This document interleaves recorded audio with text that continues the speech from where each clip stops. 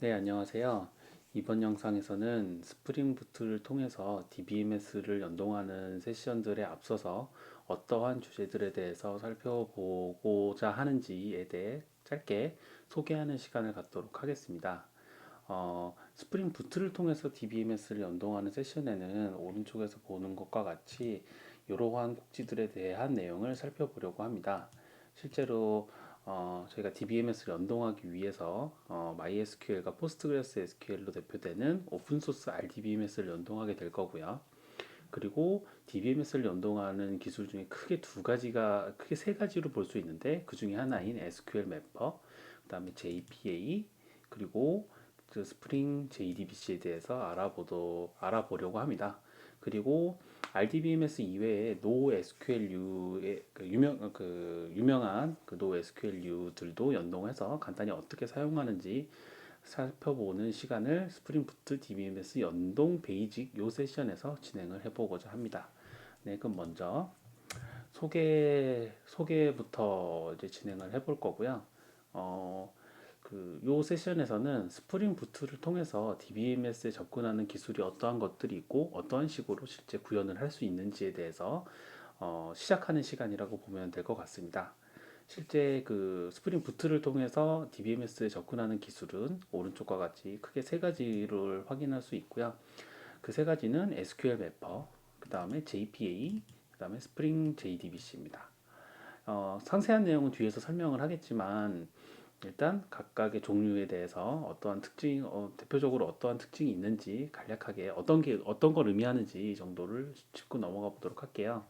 SQL 매퍼 같은 경우에는 개발자가 작성한 SQL을 개발자가 작성한 SQL을 통해서 그 자바 소스에 있는 객체와 매핑하는 기술이라고 보면 되고요. 이거의 대표적인 구현체가 이제 마이바티스라고 볼 수 있습니다.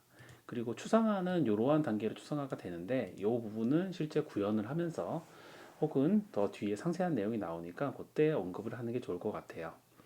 그리고 두 번째가 이제 JPA이고요. JPA는 자바 퍼시스턴트 API의 약자고요. 어, 자바 진영에서 ORM 기술 표준이라고 보시면 될 것 같습니다.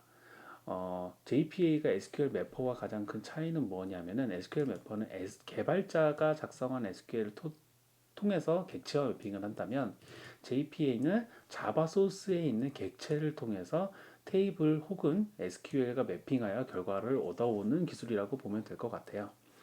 그리고 JPA의 구현체는 이제 JPA, 하이버네이트, 그리고 스프링 데이터 JPA 이런 식으로 되어 있다고 보시면 될 것 같습니다. 그리고 추상화 단계는 마찬가지로 여기서보다는 뒤에서 설명하면서 언급을 하는 게 조금 더 이해하기 좋을 것 같아서 이 이후에 알아보도록 할게요. 그리고 이제 스프링 JDBC인데요. 일반적으로 저희가 스프링을 사용하지 않고 자바를 통해서 데이터베이스에 접근할 경우에 JDBC를 사용을 하게 되는데 스프링의 경우에는 그 JDBC를 한꺼번에 랩핑해서 JDBC 템플릿이라는 API를 통해 DBMS에 접근하는 기술도 제공하고 있습니다. 네, 그래서 크게 이렇게 세 가지 기술에 대해서 알아보도록 할 거고요. 이제 요 다음 영상에서는 실제 요 기술들을 살펴보기에 앞서서 우리가 도커를 통해서 세팅한 RDBMS의 기초적으로 테이블이라든지 데이터베이스라든지 초기에 세팅해야 하는 데이터들에 대해서 먼저 살펴보는 시간을 갖고 그 다음에 본격적으로 그 데이터베이스에 접근하는 기술들에 대해서 살펴보도록 하겠습니다.